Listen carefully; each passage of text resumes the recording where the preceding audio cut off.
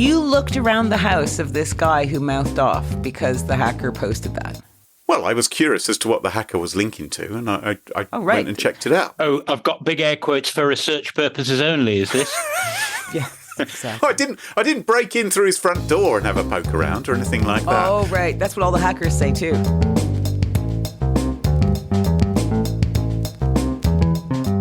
Smashing Security, episode 352, for research purposes only, with Carole, Theriault and Cluley. Hello, and welcome to Smashing Security episode 352. My name's Cluley. And I'm Carole, Theriault. And Carole, this week we're joined by a special guest, someone who's been on the show lots and lots of times before. It is Paul Ducklin. Hello, Duck. Hello, Graham and Carole. Thank you for coming on the show, Duck. Thank you for having me. Now, Carole, we're running a tight ship today, aren't we? Because you've got a very important phone call to make to your mum. I do have a very important phone call to make to my mom, which should have been made yesterday. So let's kick this show off. But first, let's thank this week's wonderful sponsors, Collide, Push Security, and Vanta. It's their support that help us give you the show for free. Now, coming up on today's show, Graham, what do you got? I'm going to be talking about inflation. Ooh, okay. What about you, Duck? I am going to be talking about something that the cyber crooks did that when I saw it, I grudgingly had to think to myself, 10 out of 10 for style. And I will be talking about winning hearts and minds. All this and much more coming up on this episode of Smashing Security.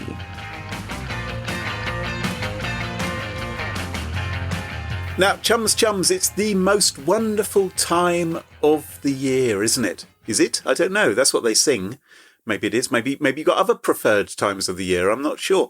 But you know what it means this time of the year? As the evenings draw in, at least in the northern hemisphere, it means it is party season. It means it's mince pies and mulled wine, carol singing, ugly jumpers, maybe some fun and games. Ugly jumpers, just festive Graham, jumpers. have you never stopped to think that in the southern hemisphere, as the days are getting to their longest, that it might even more be party season? And maybe party season on a beach? Yeah, something like that, yeah. In the swimming pool, perhaps? Yeah. What kind of games do you like to play, Duck, when you are having a little party? What's your preference? I'm not really a party animal, Graham. You could have fooled me. But I do put Christmas lights on my bicycle at this time of year, and I have them on. And that's one thing nice when the nights draw in, because when you go for a ride, all the kids look at the bike and you can hear what they're saying. Daddy, I want those for my bicycle. It sounds dangerous. You must have one hell of an extension lead. But anyway, so there are some fun games to play. I was wondering if you've ever played Fuzzy Duck. Have you ever played the Fuzzy Duck game? Yes, with you, I think. It's a drinking game. I don't drink, Graham, like you, so no, I haven't played it, but I know that something bad is coming. I can just feel it in my liver. I can enjoy Fuzzy Duck, even if I haven't been drinking. I think, anyway, maybe some of our listeners will like to play Fuzzy Duck. I'll put a link in the show notes. Is that because you like the discomfiture of others? Well... What is a party? Of course I do. What is a party without balloons? Not baboons, balloons. What, those big plastic things that are polluting the earth? Latex rubber is the what they're made out of, and that is you get balloons in different shapes. You get your tedious old round balloon. That's the sort of bog standard sort of balloon, or the ones that look like a sausage.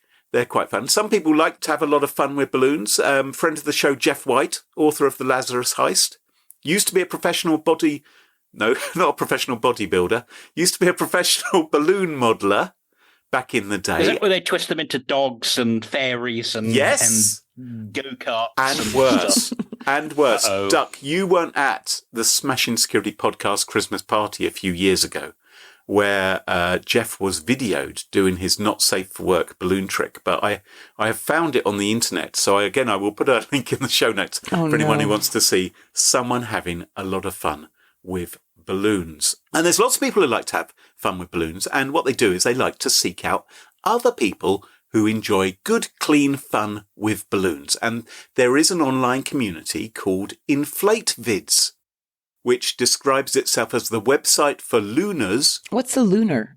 I think a looner Looner rather than Luna. I think a Luna is someone who enjoys the company of balloons. Oh, not loons the bird. Right. No, okay. no. So it's the website for looners and inflatable lovers to upload their videos. And they say if you go there, you can every day watch new inflatable and balloon fetish videos. Oh, fetish. There we go. That's what you were waiting for. That was a long and very cautious introduction to bring us to that dread word. Yeah, that's why you got all precious when I said plastic. You're like, no, latex rubber. Oh, latex rubber. These people are purists. They want they want the proper material. So they run a website. What have they done, Graham? Tell us. Well, they haven't done their security properly. Who would have thought? On the InflateVids website, because a hacker who calls himself Thrax, that's powerful, has broken into the website. He has defaced its homepage over the weekend, but that's not the worst of it. He has also, it appears, exfiltrated data. That's a long word for stolen, right? So he's taken data and he has posted about it on a breach online forum, along with an animated GIF, actually, of the data being wiped from the server, presumably after he's taken it. He claims he's got usernames, IP addresses, email addresses, hashed passwords. According to InflateVids, Rick at InflateVids, he has posted up on Patreon to his community, because he can't use his website at the moment. He's basically shut down the entire website. He said, rest assured, he said, that ID verification wasn't taken. So I've done a little bit of research into InflateVids. Mm-hmm. First time, right? Yeah. Totally. Never been there before. Right. Too late to sign up, Graham. They've burst. So when you try and create an account on InflateVids, it looks like you are asked to scan in some formal ID, like your driving license, identity pass, something like that. Something which has your date of birth on it before granting you access to their site. I think that's right. Certainly you have to verify your age before you can upload any balloon videos involving nudity. We talked about this just a few weeks ago, that the law has changed, where people are going to have to provide things like maybe a passport. Remember with the Ofcom? Oh, yes. Yeah. Oh, but that's with pornography sites, Carole. This is good, clean, inflatable fun. You say fetish, though. Well, that's how they describe themselves. One man's fetish is just another man's trouser press, isn't it? Well, if they're asking for people to be over 18, it seems to me it might be a little dangereux.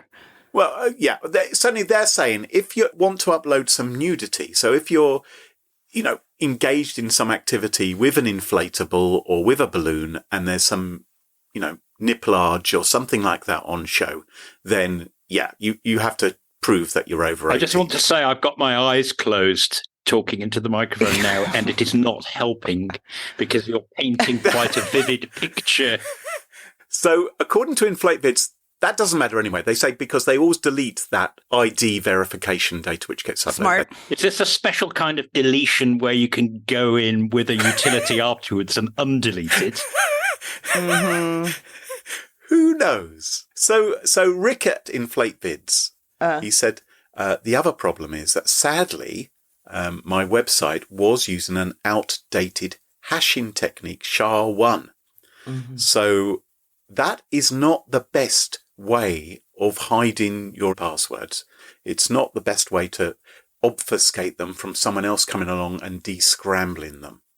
So they say they're going to fix that and they're going to add some salt in the password, because that's what you should do. You should hash and salt, or salt and hash actually is the correct order to do these things in the future. But the problem is that people who were using a particular password for InflateVids may also be using the same password on other websites that they're members of. Oh, no. And I'm guessing, I haven't done much searching, but I imagine there are other websites of a similar vein. Or maybe just their banking password, or maybe their eBay password, or their email password could be the same. I think you're right, Graham, because what I've heard a lot of people say is, well, I've gone out of my way to think up one really extra super complicated password. I'm not taking shortcuts, no cats names. And now I've got that memorized.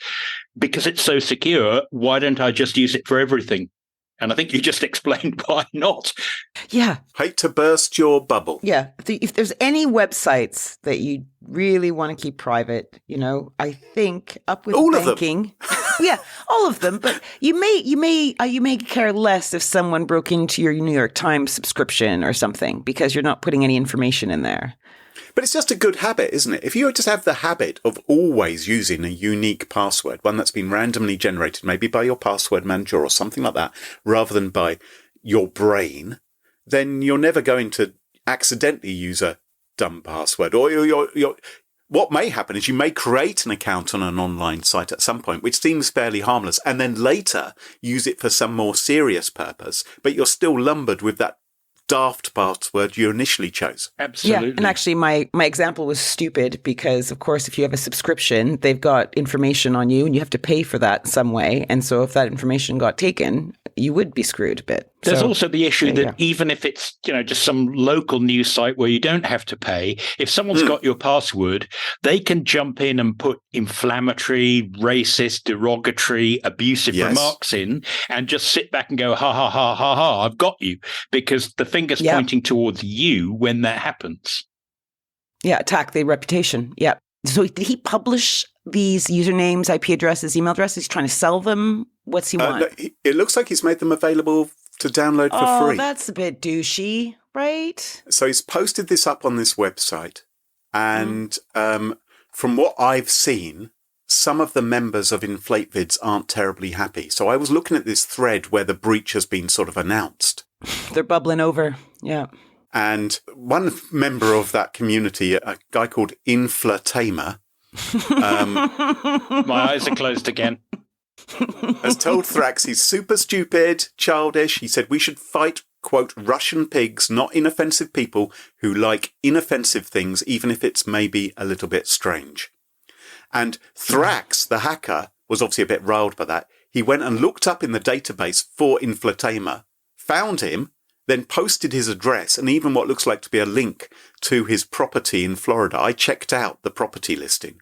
Great. I've had a look around the house. He does have a very nice swimming pool, although there aren't any inflatable avocados or flamingos in it. You looked around the house of this guy who mouthed off because the hacker posted that.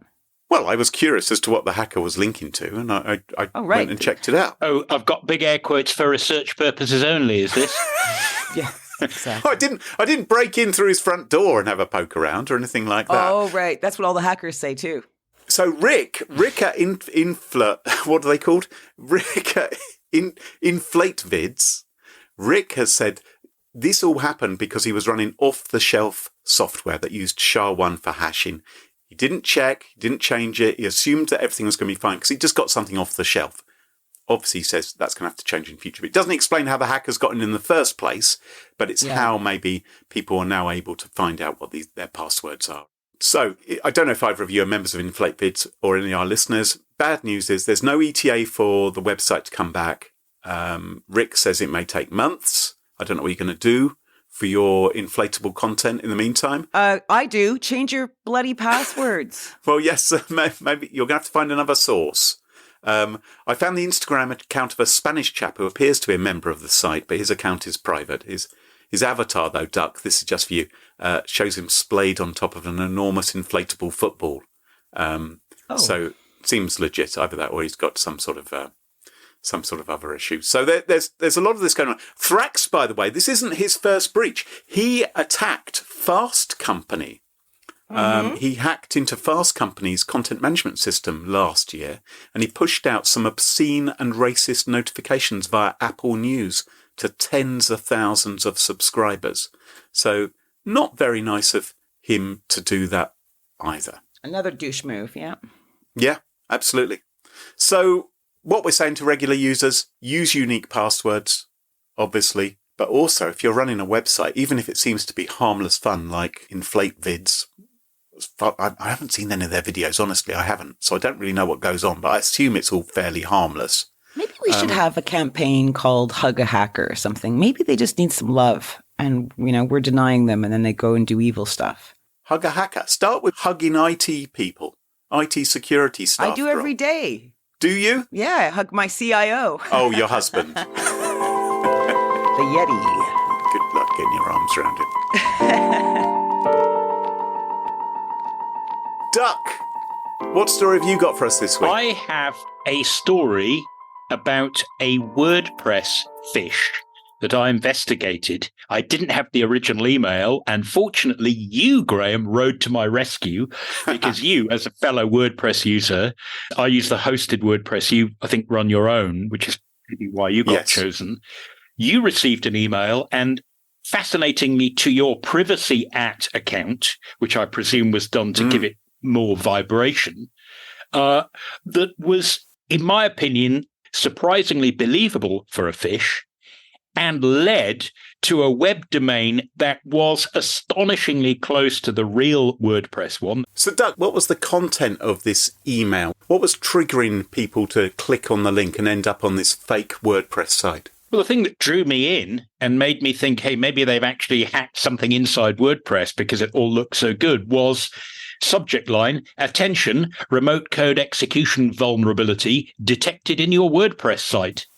Dear user, that's perhaps the only giveaway. They probably wouldn't have written that, but might have.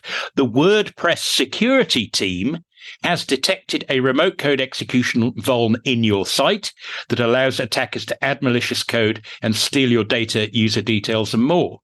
And then words to the effect of, because we're working on a full-blown official patch to the product still, what we have done, the official WordPress security team, is we've produced a plugin that you can install in the interim, which will work around the vulnerability. And there's a download button, download plugin. And it's a professional looking email, isn't it? I mean, it really does look visually like an email from WordPress. You know, there's no spelling mistakes. It's formatted nicely. It's got their logo. I mean, it looks convincing. And it's quite charming, and it sounds community-orientated. And, of course, it's spoofed, so the from address is wordpress.org. It claims to come from security@webmail-wordpress.org. It's come to your privacy email account. Yeah, so apart from the dear user with a lowercase u and one comma that I didn't like, but that may be a stylistic matter, it was way, way better than usual. And this is not just some ChatGPT thing that's produced text that meets English grammar rules. It's nicely written. All you need to do is download, install, and activate the plugin, ensuring a quick and trouble-free protection. That's not quite perfect English, but it's good enough. Like, I know people would just trust this, but I think my first thing, if I had one of those, was go to the WordPress website to see if there's any information, see if there's any press articles on it. Because surely if it's affecting tons of people, they're going to be talking about it rather than just sending private emails, right? Indeed. You're right. If you know your domain, and that's what you should do, know where to go yourself in advance, in using information you've prepared earlier, you would probably just go to wordpress.org and start right there. However, I can see why people might go, well, let me click the button. I'm only going to the website. Presumably my browser's patched. I'm not going to get pwned just by visiting the site. I mean, that can happen, but it's unlikely. You click download plugin and you end up on a site that will seem targeted perhaps to your region of the world, because what these crooks registered is they got the domains en-au.wordpress.org, that's English Australian flavour, en-ca, which was the link that was in the email that Graham got, en-gb, they got NZ for New Zealand, US, and ZA. It's a clever move. Except they didn't actually get en-ca.wordpress.org, because that's the real site. What they got was en-ca-wordpress.org. Like, it just looks right. And I have to admit, when I went through to look at that site, and I went through with the Tor browser, I took all my due care just to see what was going on. When I looked at the page, when the page appeared to me, my immediate thought was, wow, this is WordPress's real site. The crooks have actually tricked WordPress into accepting a plugin that is bogus, that I'm amazed they didn't spot the malware in it, and I'm amazed it's still up. And then I looked back and thought, no, hang on, they're WordPress.org, and they won't have registered a separate domain for each region. They do them as subdomains, and there it was, just that dash. Smart. So don't you think it's a bit shitty that that's even possible? Yes. Like, right? So if you had duck.com as a URL or as a domain. I wish I could have sold it to DuckDuckGo like somebody did and made a small fortune. But it didn't seem important back in the day when four-letter domains were free and easy to get. I'd have bought Apple shares at the same time, by the way, and mined a few Bitcoins. So I don't regret it. Just one of those things I never got round to doing. But if you did have like duck.com, it's kind of shitty if you have to register duck1, duck2, duck, en, duck, all the different types just to make sure no one pretends to be you. Get all your ducks in order. Yeah. Yeah. Good one. Yeah, you sometimes do wonder why after a domain like this is registered, because of course it's not a subdomain of WordPress.org. It is a separate domain. I suppose the idea is it's meant to be a free market. It's meant to be a place where somebody who's big and rich can't just register duck.com and then say to me, oh, you want paulduck.com? Oh, no, you can't. So you can see why it's kind of liberal. And I guess the idea is that the powers that be would just rely on WordPress saying, hey, this is clearly domain squatting or clearly the intention of fraud. But that kind of takedown doesn't happen in minutes or hours or even days, perhaps not even in weeks. So, yeah, you kind of wish that it was easier to control, because when you look at it, you're like, what were they thinking? Why did the .org registrar allow that domain? It's so obviously bogus. Yeah. It feels to me that there's an irony here with this particular attack, which is that they are actually targeting people who are security conscious. Indeed. People who actually respond to a notification about what appears to be a critical patch in their WordPress, which they want to apply, because otherwise... You didn't worry about me, did you, Graham? No, I knew you wouldn't read the email, but you wouldn't take notice of it. But if I was running I'm so safe. an inflatable fetish website, for instance, on WordPress, and I got a notification like that, I'd think, oh, crumbs, I need to apply this patch, because otherwise my users' data might be exploited. So Absolutely. There's this strange thing going on, isn't there, where actually, if you're security conscious, you may be at a little bit more risk than if you're not. And I think if you do click the button just to see, and you go to the site, and you don't notice the dash for dot, because it just looks almost right. It really does. Yeah, it really does look legit. If you have ever installed a WordPress plugin before, for example, because you're security conscious, you would glance at that and you would go, that's essentially perfect. Now, the only obvious screw-up that existed by the time I looked at this, it was a few days after I'd first heard about it, but I didn't have any samples of anything yet, is it seems that the crooks had decided that part of the information they were using was now well known, so they changed it. And this is another part of the trick that I think you're right, Graham, that if you're privacy conscious, security conscious, would draw you in. They've included a bogus CVE number. Right. It says CVE-2023-45124. And if you go to the MITRE website, or at least when I went there and did, I thought, is that a real CVE? And I had a look, and it's one of those CVEs that this really annoys me about the way MITRE do this CVE allocation, is that sometimes their website is almost like your own worst enemy, because it says this CVE is real, it's been allocated, but it hasn't been written up yet. In other words, it exactly matches the story that the crooks pitched you in the email. We're working on a patch for the product WordPress. In the interim, the CV has been allocated, and here's a workaround, a plugin. And obviously that first CV, maybe news had got around and people going, oh, that's a bogus one. Now, it wasn't a fake. They hadn't just made up the number. They presumably chosen a number that was in some kind of digital limbo where it did exist, so it was real, but it wouldn't come up and say, oh, that's a bug in some security appliance, or that's a bug in some kind of word processing software, where you'd realize they've just stolen the number. But they did change the patch number in the actual plugin details that I saw. So there is a discrepancy between the slug in the URL, which mentions the CV ending 45124, and the one in the body of where you download the plugin that says 46182, if you happen to notice. I've just spotted a mistake they've made, actually, looking at this. So, do you want to tell them?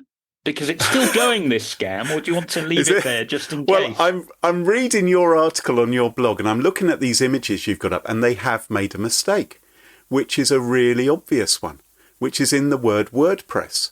Oh, yes. Yeah, you're right. The official WordPress is a camel case word. Yes. It's a capital P halfway through. And they've put it in most places, not absolutely everywhere, but in most places they've put it with a lowercase p. So I might, the nerd in me might have spotted that, because I write WordPress often. The nerd did spot it. So. But I didn't know. I'm looking at it now and I can't not see it. Yeah. But I just glossed over that. The other thing they didn't do, presumably they wanted one fake plugin page to deal with EN-GB, EN-CA US. I think all the countries they had targeted. I put a picture of a real one from the real Canadian English-Canadian community site, and it actually has the name of the country at the top next to the WordPress logo. Does. And they haven't got that. That's a customization, but all their domains, I think, end up at the same page. So they presumably didn't get it together.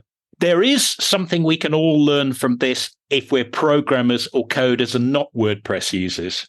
And that is that although it says it prevents you getting malware and protects you against attacks, actually what the plugin does, as you've probably guessed, even if you haven't read my article about it, is it actually goes out and installs malware for you so that they can get back in.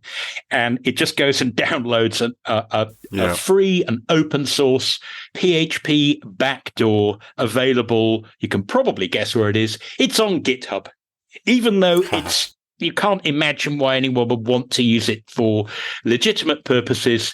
It's advertised on GitHub with, and I'm using big air quotes here, for educational and testing purposes only. So the crooks can come back in with a password that they set into the code. You know, the other cheeky thing that they do with this is that if you install the patch, they then display a little dialogue saying, thank you for patching your system. Lovely, lovely. You're all up to date. You can help the WordPress community by sharing the word. We encourage you to share this patch with people you think might be affected by this vulnerability. So you could actually be doing the bad guys' dirty work for them by getting your friends to install it as well. Yes, this is a Trojan horse, not an old school computer virus capable of self-spreading, but they've added the computer virus part into it by getting you to help spread it to your buddies. And that pop-up, it just looks fine, doesn't it? The patch has been installed successfully, your WordPress is up to date, blah, blah, blah. And in the ratings, they didn't just do what you'd expect and have everyone gave it 5 stars. They put in a few people who didn't like it. They got a couple of people who only gave it 4 and 2, and they even had one person, 1 star, rubbish. It just... You know what the worst irony of all this is, though, Duck, is they're going to listen to this show and take notes, and you've just improved them marginally. Yeah, nice work, Duck. Jeez. Yeah. Well, you pointed out the typo. Yeah, Graham. I did nothing. I was hardly listening. Carole, what's your story for us this week? You guys know the expression winning hearts and minds? Yes. Do you know where it comes from? Shakespeare. Second World War?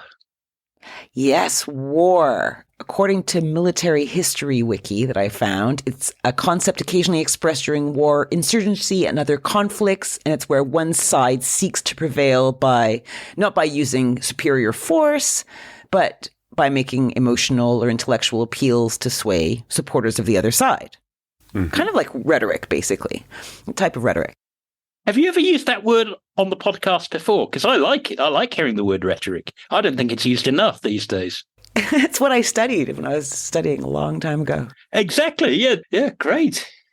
Now, hearts and minds, when you think of people, I think President Zelensky comes to mind. He's still leading the fight to save Ukraine as an autonomous region. Careful, not autonomous region, sovereign independent state. Okay, sovereign independent state. Thank you very much, Doug.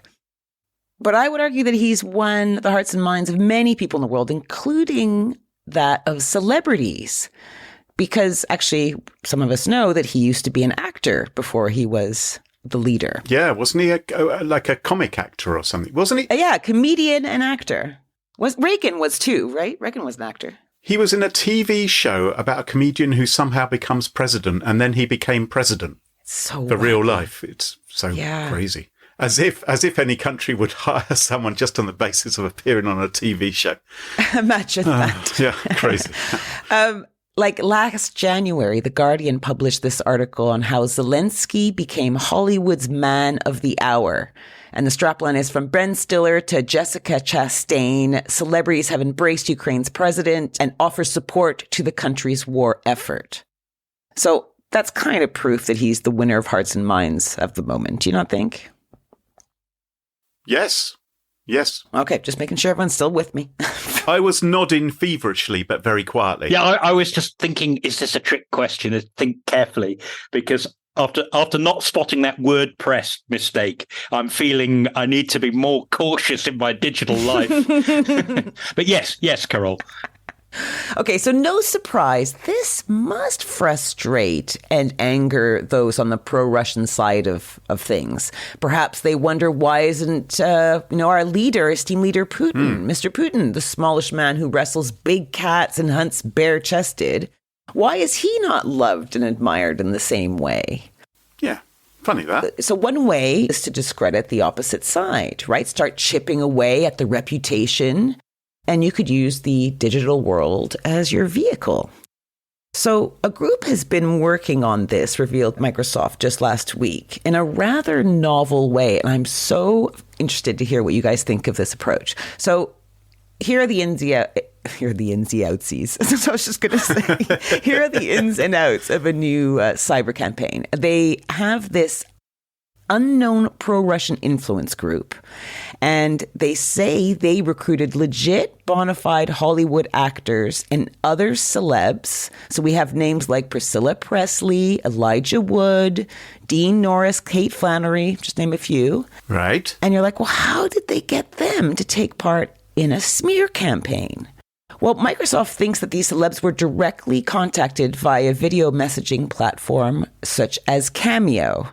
And Cameo is a website where you pay all manner of people, bona fide people, including a gaggle of celebs and comedians and whatnot, to get personalized mini videos from your favorite stars. So the likes of Elijah Wood have got a Cameo account, have they? Yes, it seems they do. Times must be tough. I went looking to see who I could find on it, and I found Don Johnson, right? Star of 80s cop show Miami Vice. Well, that's the whole point, Carole, because he was a star of a 1980s TV show. He hasn't done anything since, and so the only way he can make money... No, but he's charging $400 a pop for a 1 minute or so video. And how many is he making of those? I have no idea, but he had a few examples, which I watched. I'll put a link in the show notes for everybody. Okay, and what you do is you kind of would say to him, hey, okay, here's your $400. Can you address it to this person and make this message? Like maybe I'd say, hey, Graham. Yeah, I would say, do it to Graham and say happy birthday for the next birthday party or something like that, right? And you'd be like, oh, that's so cool. Carole, can I just say at this point, I'm feeling slightly poorly because I'm remembering that there was a chap in the United Kingdom who got on Cameo, and I seem to remember he was charging 70 quid a go. Oh, really? Who was that person? Well, I don't want to say it. Does it rhyme with fine? No, but his first name rhymes with Theriault. Theriault Barrage? 70 quid, really? Wow. Apparently, yeah. So I don't know. I think, guys, you could probably do this as a sideline if you wanted. You're pretty, you're celebs in the area of cyber. You could send people a little, jokes or something. But no. Absolutely not. I have thought about it, obviously. Oh, right. But no, because there is nothing sadder than seeing somebody up on Cameo whose career has fallen to such depths that they now will read out messages to people saying happy birthday. Why is it sad? It makes people happy. Who are these people? Oh, if I got one of my mom's favorite people to say, hey, No. Mom. No. I've looked up cameos before of people, like actors from Doctor Who and things. And I think, oh my God, it's so embarrassing that they're having to do this. And so if your mum, who currently thinks that the world of, I don't know, Tom Selleck or something like that, if she saw Tom Selleck wishing her a happy birthday, she'd think, oh, this is what he's doing now. This is as good as it's got. I don't think everyone's quite that cynical about it. I agree. Graham. I think some people just think it's like good, clean fun. And if somebody wants to make, let's face it, $400 for a minute's work. See, Duck's thinking about it. That's a good rate by any account. I'd love to do that, but I don't think many people are probably buying greetings at $400 from Don Johnson from Miami Vice. I'm going to crack on with my story, okay?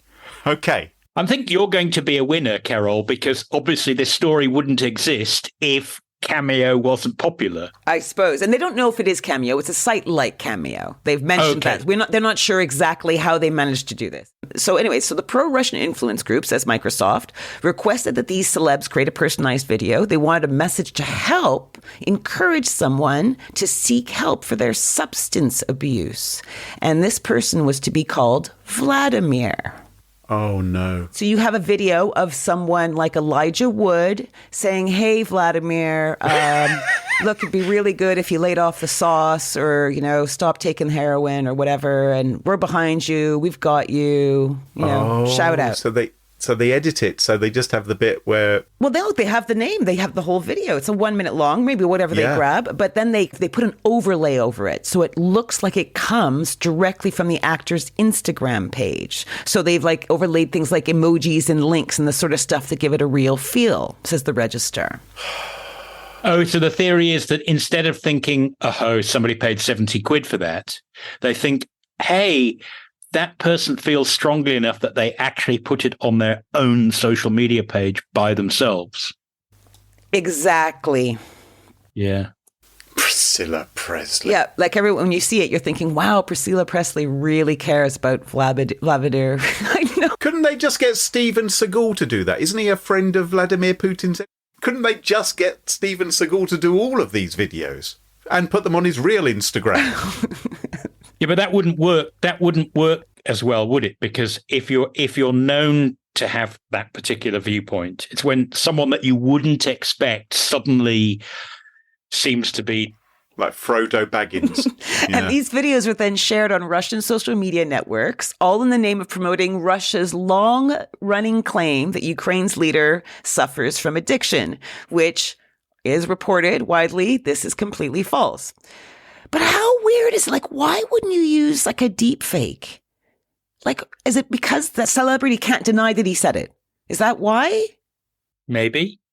Or maybe it's just cheaper and easier. And the thing with deep fakes is no matter that everyone goes, oh, look how good they are fake. It's like that WordPress page that I was just talking about. And Graham said, oh, look, they spelled WordPress wrong, which none of us had noticed till halfway through the podcast.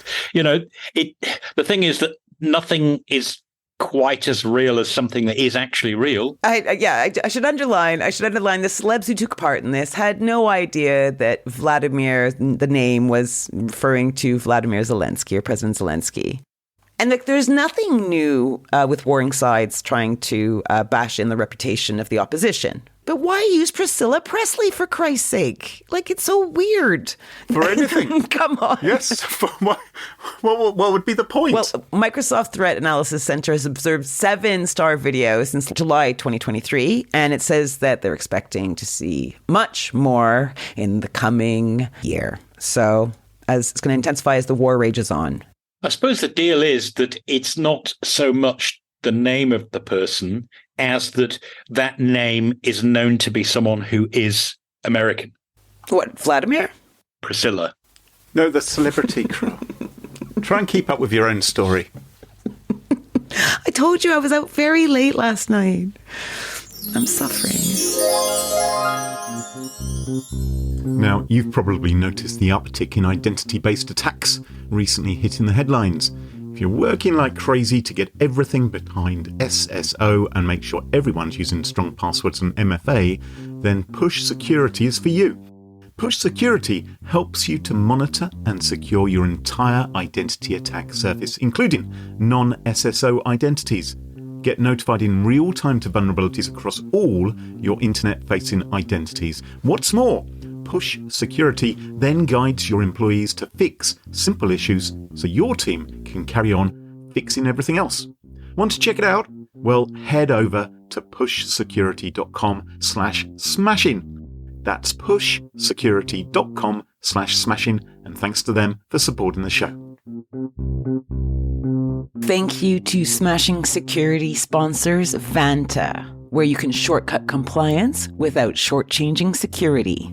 Expand the scope of your security program with Vanta's market-leading compliance automation. Vanta's 5,000 plus global customers report saving over 300 hours in manual work and up to 85% of cost for SOC 2, ISO 27001, HIPAA, GDPR, custom frameworks, and more. And with Vanta's 200 plus integrations, you can easily monitor and secure the tools your business relies on.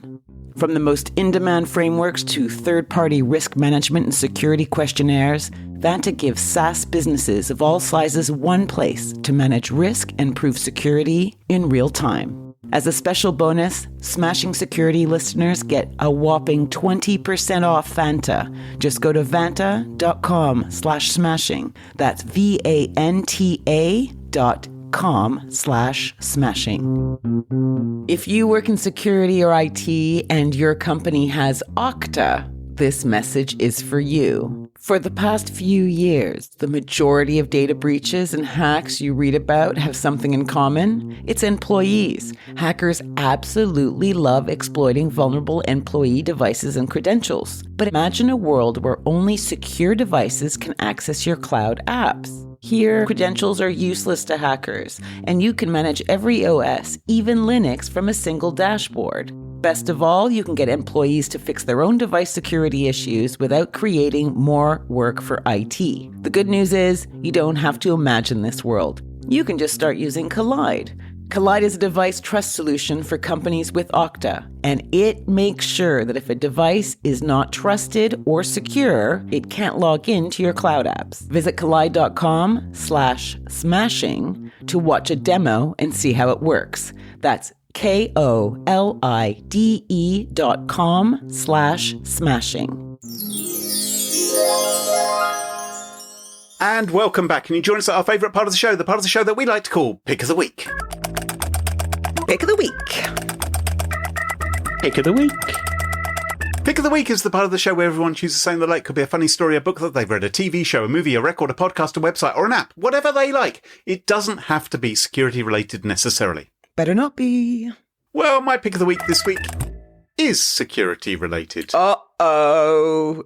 We're this close to Christmas, and you seriously are pulling this one out. Okay. It's usually when I'm on the show, it's usually me going, I don't really do anything except cybersecurity, and I'm the one who lets you down. This time, I have something that is not security related. Thank you, Duck. It does involve coding, though. Carole, I've got a question for you. Duck, you're not allowed to answer this. Carole, have you got a pie hole? Do you know what a pie hole is? No, I don't. Is it like a Raspberry Pi? It's not your mouth either. No, it's not. A pie hole is a bit of software which you might run on a Raspberry Pi. Yeah, I said Raspberry Pi. Oh, well, yeah, no, not like a Raspberry Pi you eat. No, I know, you dingbat. Oh, okay. I'm with you, Carole. I think it's winding you up. Okay, Carole, You explain then, Carole. You explain then if you've got one of these. No, I haven't used it. It's still in its box. Someone gave one to me. Oh, okay. Oh, right. Okay. All right. Well, a Pi hole is a bit of software you can run on a Raspberry Pi that's quite well known, and you can send anything which looks like an ad coming over your internet connection to a black hole inside the Raspberry Pi so it doesn't get displayed on your computer or on your phone or any of your other devices which are on your Wi-Fi. Now, my pick of the week this week is not a pie hole. It is something which is just like a pie hole called AdGuard Home.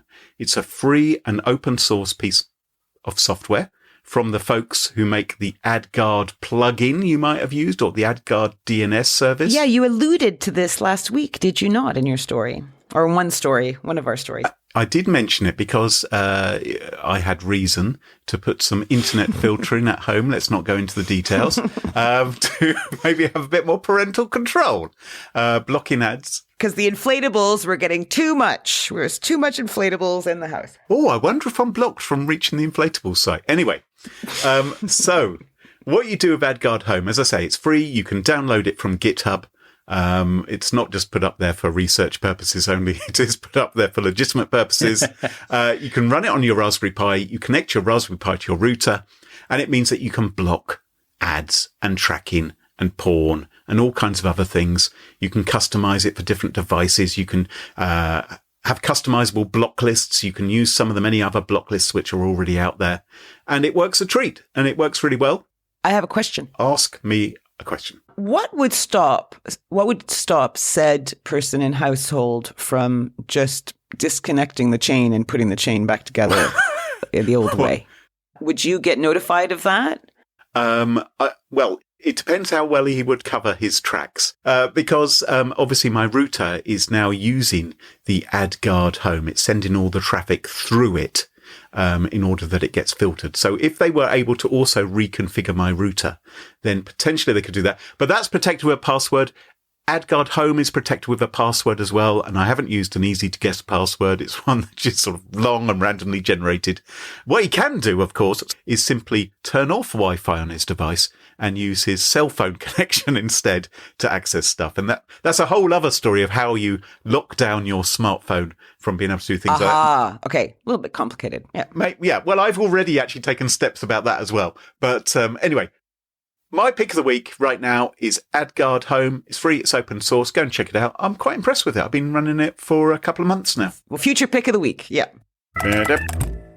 Duck, what's your pick of the week? My pick of the week, it's something that I've used before and I've come back to recently because I dropped my beloved Garmin down the stairs outside my flat, where it did not survive, and I had to go and get a new one. And I decided I'd buy the little entry-level one because it's really tiny and it fits in your pocket. I think it's called the Garmin Edge. And it wouldn't be popular with people who like to track everything and have real-time online maps and do all the turn-by-turn navigation that many cyclists do. I don't really like that because I like to just enjoy the ride. And I usually know where I'm going. I just sometimes get lost along the way. So I used a thing called Connect IQ. If you're a programmer and you're a cyclist and you've got a Garmin, it is actually user programmable, and you can go out and download their development kit, their Connect IQ development kit, and you have to learn a language called Monkey C, which is, wow. If you already know C, it's pretty easy to pick up. It's sort of like a scripting language, and you can write your own apps that display what you want while you're riding along. And I used it to build, even for my tiny little Garmin, the screen just fills up with a compass, like an orienteering compass. So it doesn't just give the bearing in like 203 degrees or whatever. It's good looking. You could just glance at it and see which direction you're going. And I found that this, what you might call approximate navigation, where I know where I'm going. Let's say I need to get from Oxford to Bicester, or I need to get from Oxford to the big Tesco, and I want to take a different route. And I know that I roughly need to get to keep going in a southeasterly direction. Then when I get off track, I can just glance down at my compass and figure, yeah, I'm going a little bit off course. I need to take a right somewhere here and work my way across. And like a compass, yeah. Just like a compass. So the problem with having a normal compass on a bicycle is, even if you have an aluminium bicycle, there's lots of steel everywhere. And so when you put the compass near it, it's like having a compass inside a car. It's a very complicated thing to have one that's tiny, inexpensive, and that isn't set up specially, that you can remove so that it doesn't get I stolen. didn't know that. So this is with the Garmin. Obviously, you have to be moving for it to work, so it uses GPS. But it's great just having this big thing that just says, well, north's behind you, north's ahead of you, or, you need to turn left. And I got to write the code myself and do a little bit of graphics. But You should put your code up and share it with other people. Put it on GitHub for research purposes only. there is a Connect IQ community site where you can download stuff. So I might just do that. And the other thing I did with it is I have a particular predilection for the typeface for terminal windows. I like the typeface that was originally used on the IBM 3270 terminals from the 1970s. And there is a fantastic font called IBM 3270, free open source font. And I actually adapted that and I used that for the little speedo part. So it actually looks like I'm riding along looking at an IBM 3270 terminal. I played, what was it called? That game. Tetris. No. It was like a word game. Zork. Oh, God. The And Infocom games. The old text. Yes, and I played that on a green screen, IBM green screen, like with it's very cool. You can get the emulators for all of those games. Hitchhiker's Guide, the lot. Super. I didn't know that. That's really cool. If you like green text on a black background, I can recommend Paul Ducklin's blog as well, which is all monospaced and very old school. I didn't know you were writing a blog. I'm going to go check it out, Duck. I didn't even know. pducklin.com. Oh, perfect. Easy peasy. Carole, what's your pick of the week?